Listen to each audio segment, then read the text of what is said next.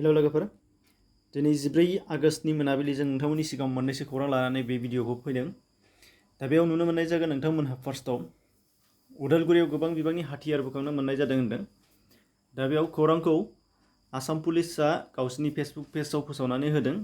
फारसेथिं गाबोननो अखानायब्लानो 15 आगस्त एबा उदांस्रि सान फैगासिनो दं आरो बेबायदि समावनो दिनै बेबायदि गोबां बिबांनि हाथियारजों लोगोसे गुलिफोर बोखांनो मोननाया सोमोनांथाव खालामदों। दा बेवहाय मख'नानै होआखै अदेबानि बेयो सोरनिमोन, जायखिजाया बिथांमोनहा मोननायखौल' फोसावनानै होनाय जादों। बेनिफ्राय नेक्स्टआव नुनो मोननाय जागोन धुबरी जिल्लायावबो धुबरी पुलिसनि सोलिबाय थानाय गोख्रों सन्दाननायाव थांनाय हराव अदेबानि 13 आगस्तनि मोनायाव नाव गंनै आयेन बेरेखायै सोलिनाय मोसौ फालांगि हमनाय जादों होनदों। दा बेवहाय गासै 97टा मोसौफोर बोखांनो मोननाय जादों। सोलिगासिनो थादों। दा नोंथांमोना नुगासिनो दंखायो, खौरांखौ रेगुलार नायदोंबा नोंथांमोना नुगोन बे मासाव सानफ्रोमबो बोखांनो मोनगासिनो दं धुबरी पुलिसनि नाजानायाव। बिथांमोनखौ साबायखर बावनो नांगोन।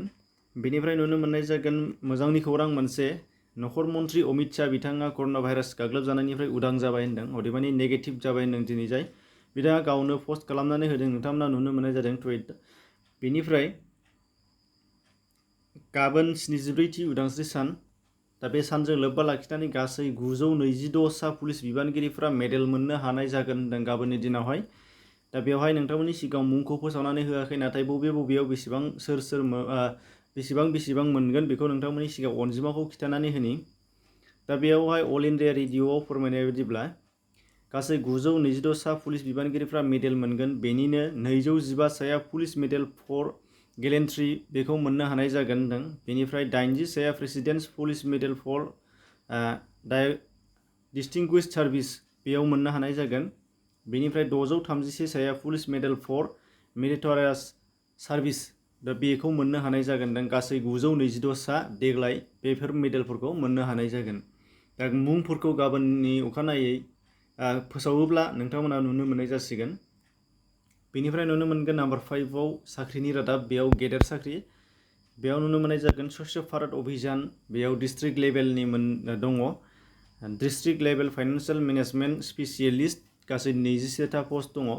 दा बेनि गेजेरावहाय इडुकेसनेल क्वालिफिकेसना मास्टार डिग्रि अफ कमार्स जागोन, कमार्स नांगोन, एमकम नांगोन, 50% मार्क्स गोनां जानांगोन होनदों। बेनिफ्राय कम्पिउटार नलेज आरो फाइनान्स मेनेजमेन्टनि एक्सपिरियेन्स दङब्ला मोजां आरो बेखौबो नांगोन होनदों। एजआ 33 इयार्सनि गाहायाव जानांगोन। बेनिफ्राय लास्ट डेटआ बेनिया 28 आगस्टआव बेयो लास्ट डेट।